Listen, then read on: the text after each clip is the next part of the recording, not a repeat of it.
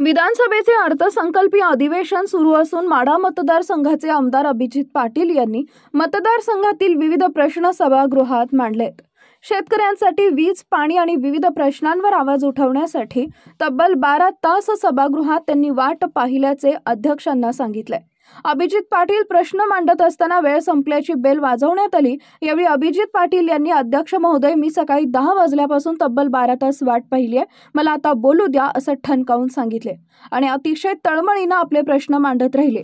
भीमा आणि सीना नदीवर छोटे बंधारे बांधल्यास जवळपास 28 टीएमसी पाणी आपण साठवणूक करू शकतो असा मुद्दा त्यांनी मांडला। काय कॅन्सर असे मोठे भयानक आजार होत आहेत आणि नदीकाठची गावं आमची त्या ठिकाणी बेफाम होत आहेत, आजारी पडतायत। आणि मग नमामी चंद्रभागा त्या ठिकाणी घेतली होती, त्या नमामी चंद्रभागेसाठी या बजेटमध्ये एकही रुपया देण्यात आला नाही। मग नमामी चंद्रभागा झाल्याशिवाय आमचं ग्रामीण भागातल्या जे आज उजनी धरणाच्या खालचं अख्ख्या पुणे जिल्ह्याचं इंडस्ट्रीचं सगळं पाणी घाण त्या ठिकाणी उजनी धरणात येतंय आणि तेच उजनी धरणाचं पाणी आम्ही सगळेजण पितोय।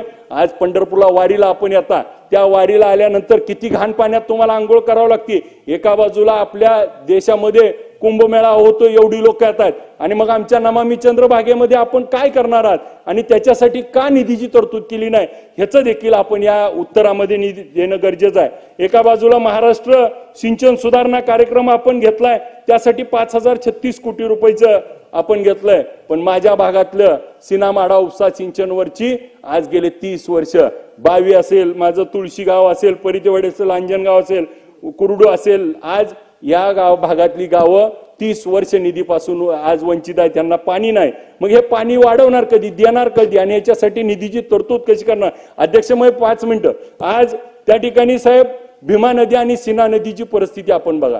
भीमा आणि सीना नदीवर आज आपण बघतोय 3.5 टीएमसी पाणी वाचवण्यासाठी आज आपण एवढा त्या ठिकाणी अहवाल केला, परंतु भीमा आणि सीना नदीची अध्यक्ष महोदय, मी सकाळी 10 पासून बसलोय, 10:30 12:30 तास झालं, बोलू दे अध्यक्ष महोदय। आज त्या ठिकाणी भीमा आणि सीना नदीची परिस्थिती जर बघितली तर आमची नदी सारखी बंद पडती, लिके त्या ठिकाणी बंधारे खराब आहेत, दरवाजे नाहीत। अधिकाऱ्यांना आम्ही आमसभेमध्ये असंच विचारलं तर त्या ठिकाणी त्यांच्याबद्दलच्या काही गोष्टी होत आहेत, परंतु आज आमचे दरवाजे नाहीत आणि मग आम्हाला बॅरिकेज व्हावे म्हणून सातत्यानं निवडून आल्यापासून आम्ही प्रयत्न करतोय।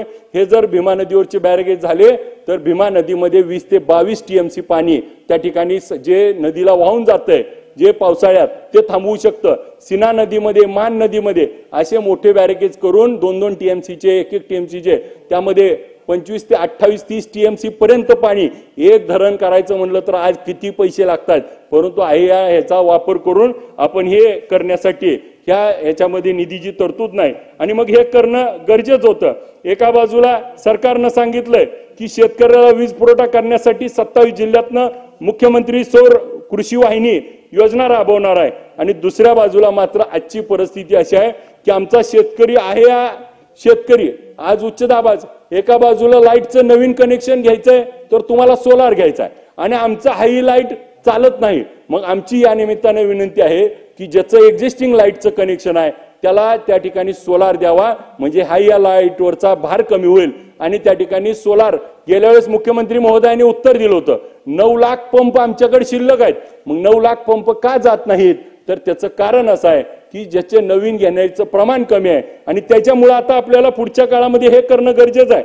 आमच्या उमेदच्या महिलांसाठी सरकारनं एक चांगलं काम केलंय, 10 जिल्ह्यामध्ये 150 कोटीची तरतूद केली आहे आणि एक मॉल करणार आहेत, पण माझी विनंती आहे की त्या ठिकाणी एका मॉलनं जिल्ह्यात काय होणार नाही, प्रत्येक जिल्ह्याला त्या ठिकाणी मॉल द्यावा आणि 4 अध्यक्ष महोदय थांबा 5 मिनिटं, त्या ठिकाणी स्मारक आणि आज यशवंतराव चव्हाण साहेबांचं त्या ठिकाणी उद्या पुण्यतिथी आहे। यशवंतराव चव्हाण साहेबांनी या महाराष्ट्रातलं सगळ्यात मोठं 123 टीएमसीचं उजनी धरण त्या ठिकाणी दिलंय।